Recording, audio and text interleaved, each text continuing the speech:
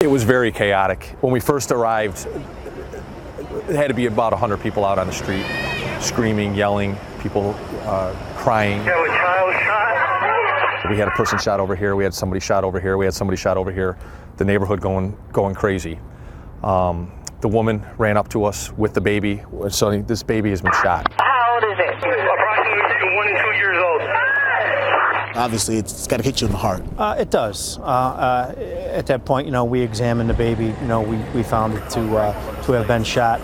It's an unreal feeling. It's borderline helplessness. The officers broke a department policy, opting to rush 11-month-old Princeton Chu to the hospital instead of waiting for an ambulance. When we first saw that child, we kind of looked at each other and instinctively were just like, we got to go. Let's go.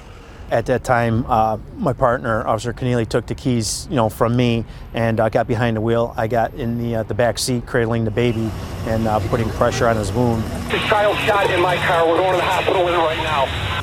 The ride, some 9 miles long, a race against time. Princeton's pregnant mother and grandmother were also shot multiple times. They didn't survive.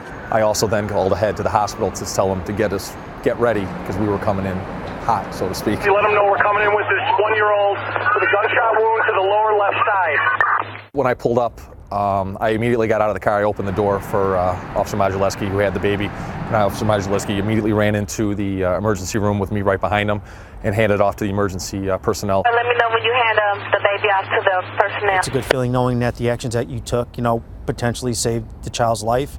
But then again, on the other end of the spectrum, it's tragic because there was a loss of life. Princeton survived and is now being raised by family, all thanks to the efforts of 2 officers whose split-second actions likely saved his life. I noticed after a few days, just in some of the interaction with the community, the people that we didn't even know just coming up to us say thank you for what you did.